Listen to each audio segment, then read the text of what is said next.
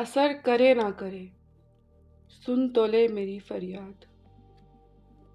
نہیں ہے داد کا طالب یہ بندہ آزاد۔ ویسے تو باری تعالیٰ نے کلام پاک میں جگہ جگہ ارشاد فرمایا ہے کہ میرا بندہ جب بھی مجھے پکارتا ہے تو میں اس کی پکار کا جواب دیتا ہوں، مگر اقبال کا انداز بیان ہے، اقبال کا اپنے خالق سے تعلق کا اظہار ہے۔ کہتے ہیں کہ اے میرے پروردگار، تو میری دعا قبول کر یا نہ کر، مگر میری فریاد کی جانب توجہ تو کر۔ سن تو صحیح کہ یہ بندہ ناچیز کیا عرض کرنا چاہتا ہے۔ میں تیرے باقی بندوں کی طرح داد و تحسین کا طلبگار نہیں ہوں، میں اپنے انداز خطابت پر کسی طرح کی واہ واہ یا تعریف کا خواہش مند بھی نہیں ہوں۔ میں اس طرح کی خود نمائی اور دوسروں کی جانب سے داد بٹورنے جیسے چونچلوں سے آزاد ہوں۔ میرا مقصد صرف اپنی بات پیش کرنا ہے۔ یہ مشت خاک، یہ سرسر، یہ وسعت افلاک، کرم ہے یا کہ ستم تیری لذت ایجاد۔ اے میرے پروردگار، ایک جانب یہ مٹھی بھر مٹی یعنی انسان تیری تخلیق ہے، اور دوسری جانب تیز آندھیاں، طوفان اور آسمانوں کی وسعتوں تک پھیلا جہان ہے۔ اس خاکی وجود کو تو نے انسان کے منصب پر فائز کر کے اس پر کرم کیا ہے یا ظلم ڈھایا ہے؟ یہ مٹھی بھر خاک تو تیز طوفانوں کے ایک تھپیڑے کے ساتھ اڑ جائے گی، اپنا وجود کھو دے گی۔ یہ کس طرح افلاک کی بلندی کو جا لے گی، کس طرح اپنے انسان، اپنے اشرف المخلوقات ہونے کے درجہ کو نبھائے گی۔ اے میرے مالک، یہ تیرے فیصلے، یہ تیرا اختیار، یہ تیری تخلیقات، تو ہی یہ کر سکتا تھا۔ ہم انسان تو تیری تخلیقات کے مقاصد کو نہیں جان سکتے۔ ٹھہر سکا نہ ہوائے چمن میں خیمہ گل، یہی ہے فصل بہاری، یہی ہے باد مراد۔ ہمیشہ سے سنتے آئے ہیں کہ خزاں کے بعد بہار آئے گی، رات کے اندھیروں کے بعد دن کا اجالا پھیلے گا، مشکل کے بعد آسانی بھی آئے گی۔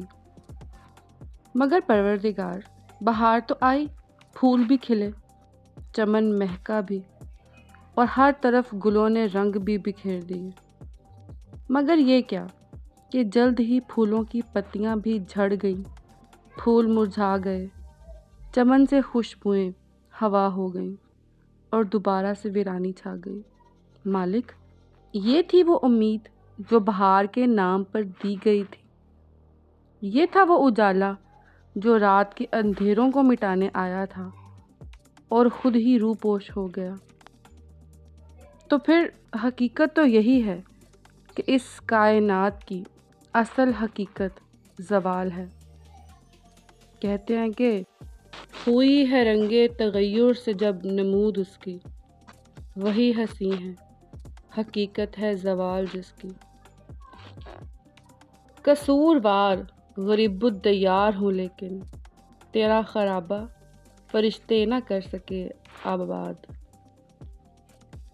پہلا مصرع تلمیح ہے آدم علیہ السلام کے جنت سے نکالے جانے والے واقعہ کی جانب، کہ جب آدم علیہ السلام اماں حوا کے ساتھ جنت میں رہائش پذیر تھے اور ابلیس نے انہیں بہکا کر ان سے پروردگار عالم کی نافرمانی سرزد کروائی، جس کے بعد ان کی توبہ تو قبول ہو گئی، مگر انہیں جنت سے اتر جانے کا حکم دے دیا گیا۔ اقبال اسی طرف اشارہ کر رہے ہیں کہ میں انسان قصوروار تھا، خطا کار تھا، جس باعث مجھے میرے اصل وطن جنت سے نکال دیا گیا، مگر تیری مقرب ترین مخلوق یعنی فرشتے بھی اس جہان جنت کو وہ رونق نہیں بخش سکے جو میرے یعنی انسان کے آباد ہونے سے ہوگی۔ تو پھر کہتے ہیں اقبال کے باغ بہشت سے مجھے حکم سفر دیا تھا کیوں، کار جہاں دراز ہے اب میرا انتظار کر، میری جفا طلبی کو دعائیں دیتا ہے وہ دشت سادہ وہ تیرا جہان بے بنیاد۔ اقبال کا دعویٰ ہے کہ اللہ کی بنائی اس زمین کو رونق عطا کرنے والا اور کوئی نہیں بلکہ انسان ہے، اور ان کا یہ دعویٰ ان کی شاعری میں جگہ جگہ نظر آتا ہے۔ جیسے کہتے ہیں کہ ہم سے پہلے تھا عجب تیرے جہاں کا منظر، پھر ایک اور جگہ کہتے ہیں کہ تھی تو موجود ازل سے ہی تیری ذات قدیم، پھول تھا زیب چمن پر نہ پریشان تھی شمیم۔ کہتے ہیں کہ جہاں میرے دم تھے تیری جنت میں رونقیں تھیں، وہاں تو نے مجھے زمین پر اتارا تو میں نے اپنے اس جہان کو آباد کر لیا۔ اقبال کا مقصد بیان ہے کہ اللہ نے انسان کو اس طرز پر تخلیق کیا کہ وہ ہر طرح کے حالات میں ذرائع کی عدم موجودگی کے باوجود بھی سامان آسائش اپنے لیے خود پیدا کر سکتا ہے، اپنے گرد و پیش کو بغیر کسی سہارے کے، بغیر کسی مدد کے، اپنی محنت اور لگن کے بلبوتے پر نہ صرف آباد کر سکتا ہے بلکہ قابل تحسین بنا سکتا ہے، قابل رشک بنا سکتا ہے۔ انسان اللہ کی کیا ہی عظیم تخلیق ہے، خطر پسند طبیعت کو سازگار نہیں، وہ گلستاں کہ جہاں کھات میں نہ ہو صیاد۔